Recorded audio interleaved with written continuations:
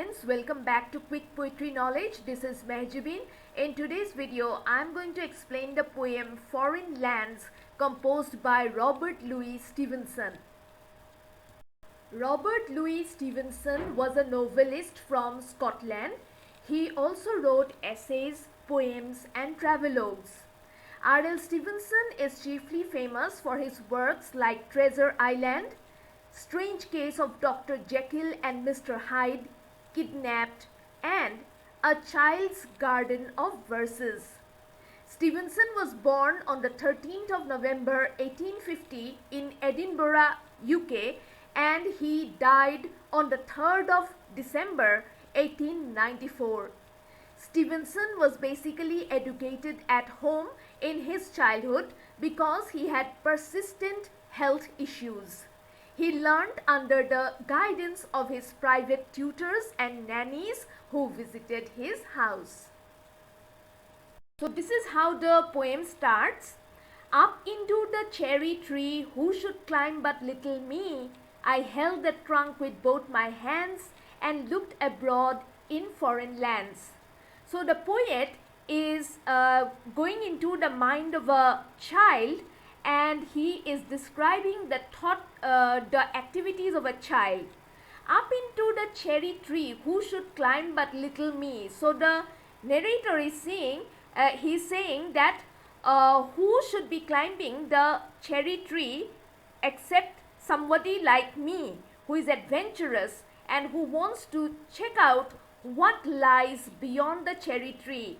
I held the trunk with both my hands. So the speaker, he caught hold of the trunk of the cherry tree with both his hands and looked abroad in foreign lands, and he looked beyond the tree to check out what lay in the other side.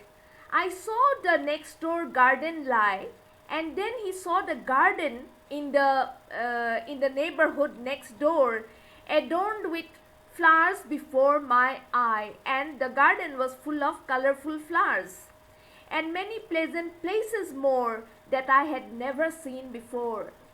And being a small child, having never climbed the cherry tree before, he was not aware of the beautiful scene that lay outside beyond the cherry tree. And for the first time, he saw all the lovely things that he had never seen before. I saw the dimpling river pass, and he saw the river that passed by, and the river had dimples in it, and be the sky's blue looking glass, and the clear and transparent waters of the river acted like a mirror for the blue sky above, and dusty roads go up and down with people tramping into town. And he also saw some roads, dusty roads going around here and there with people tramping into town, and the people were moving in that road. They were trying to go from that village area, from the countryside to the town by crossing those roads. Next, the speaker says, if I could find a higher tree.